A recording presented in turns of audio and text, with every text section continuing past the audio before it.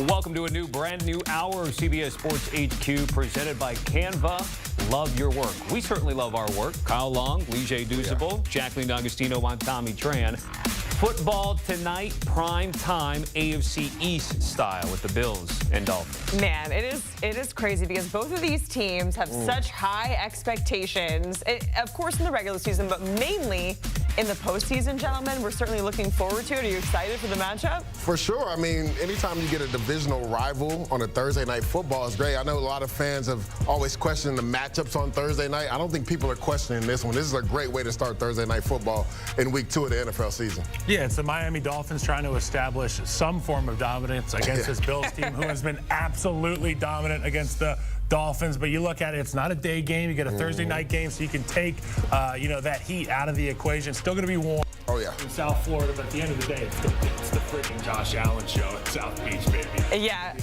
And we know that Tua and the Dolphins certainly like warm weather. But even though these teams, I mean, sometimes on paper we think they're evenly matched, the matchup is pretty lopsided. If we go back, the Bills are 11-1 in their last 12 meetings, and it was kind of comeback kid energy from both of these teams in week 1, both erasing 14-point deficits.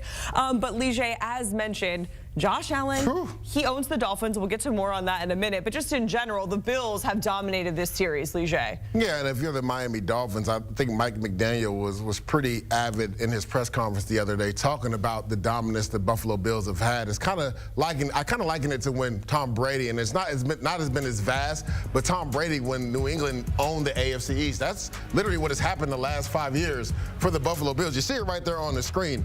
11 wins, only 1 loss in the last 12 meetings. And you look at Josh Allen in totality, he's 11-2 against the Miami Dolphins. If you're the Miami Dolphins, right, and you have aspirations to not only win the division but get a playoff win, well, the easiest way to do that is to win the division to get a home game at home. So it starts tonight for them, and it's week 2, so you never want to say anything is too important, but this is a divisional game, Kyle. These matter going down the stretch when you're talking about seeding for the playoffs. And again, for the Miami Dolphins, they have a 24-year win playoff drought. The easiest way to end that is to win a game at home and win the division. It starts tonight. Josh Allen has owned them. Let's see if they can change that. You know, when I was playing in Chicago, we played against that team up north, the Green Bay Packers, and people, Chicago Bears fans, they'd always say, it doesn't matter what happens this season, just beat the Packers. And you know, we had these guys on the rope. I remember when we had Khalil Mack come in week 1, we dominated the Packers early in the game. Rodgers goes out at halftime. They're down 21 points. Next thing you know, he gets the elixir. He comes back out, wins the football game.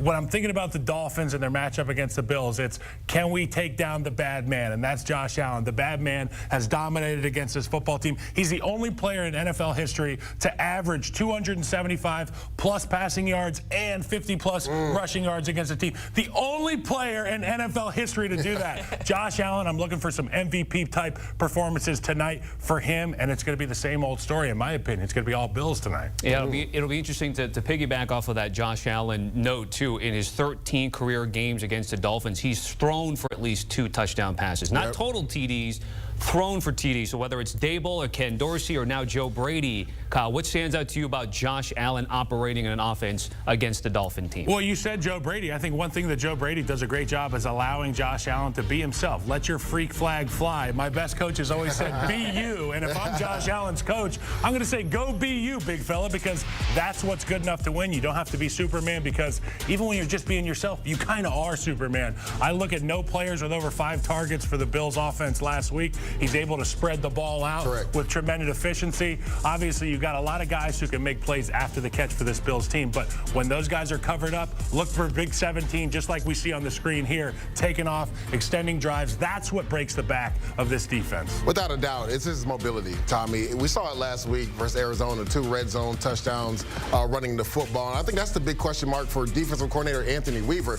Who will be that spy guy? Will it be Javon Holland? Will it be David Long? Because once the Bills get into the red zone, that's when Josh Allen is dangerous, because we know what type of arm he has. He can put it anywhere on the field.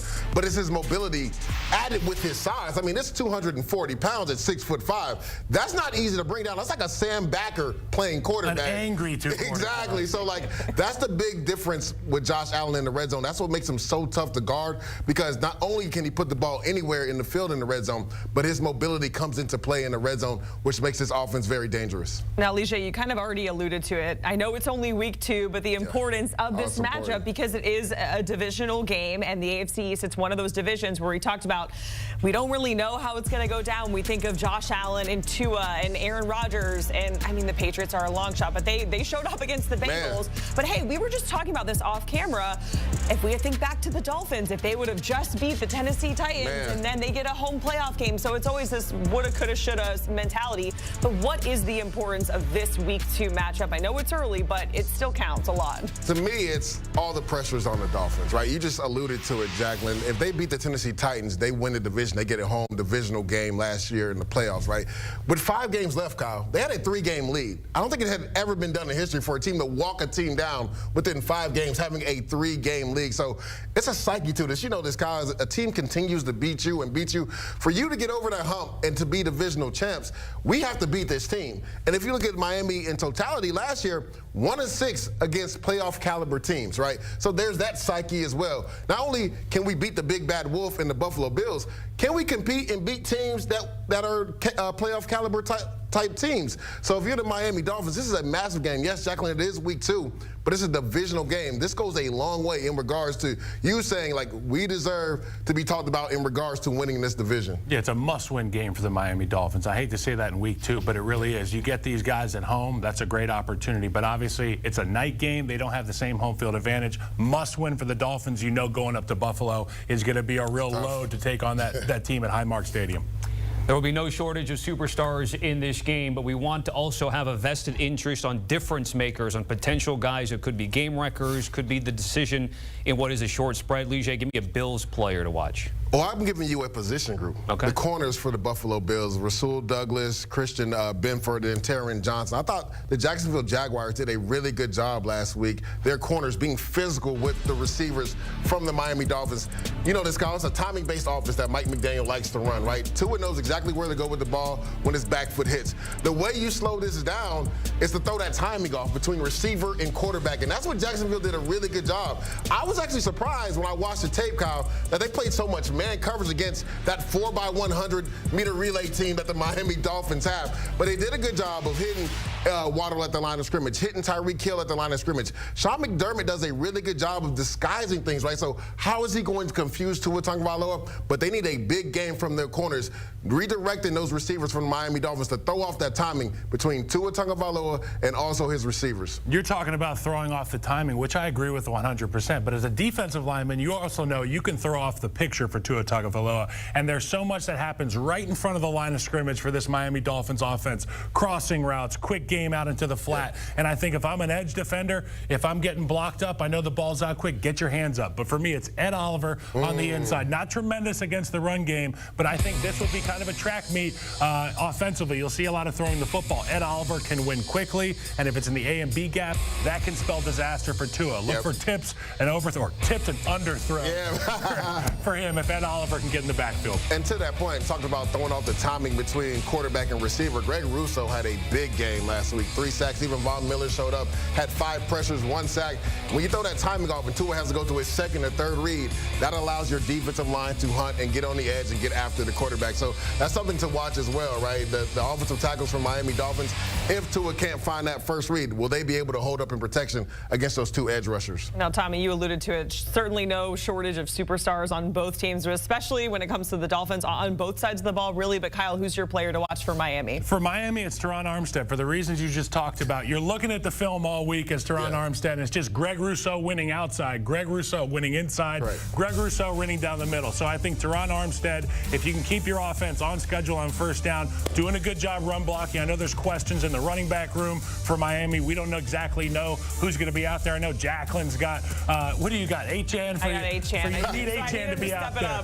Mostert didn't practice all week. So, Teron Armstead, understand that sometimes Greg Rousseau might shut his rush down, try to get in the throw lanes, akin to like what J.J. Watt used to do. Be careful out there, Teron Armstead. You see the hands go up, you got to attack that defensive lineman. You can't let him jump and bat down any footballs. Well, I'm going for the guys that will be running behind Teron Armstead, and that's the running backs. We'll see if Devon Achane can go. From everything that I've heard out of Miami, he practiced and looked really good yesterday, so he may go. And then Jeff Wilson actually gave them a burst off the bench last week as well.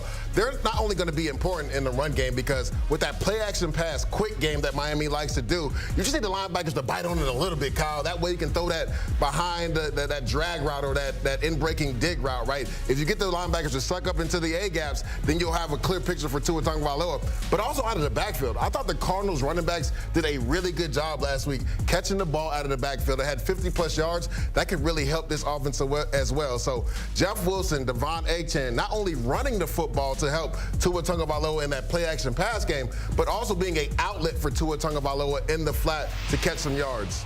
You guys have both declared this game a gotta-have-it game for the Dolphins. I'm curious if you think they get it done tonight. Lee J, I'm going to start with you because you also have a pretty strong stance on the pace of play that we'll see at Hard Rock. Yeah, when you look at it, Thursday night football, we were talking about this, Kyle. The playbook and the game plan is always condensed because you don't have as many days to prepare for a game. So to me, the edge usually goes to the home team with that because the away team has to travel down after 2 days of just playing a football game to get ready for this game. I actually like the under in this game. When you look at the Buffalo Bills, the last 6 Thursday night football games, the under is hitting every single one of them. If you go to the Miami Dolphins, in the last 14, 11 have hit in the under as well.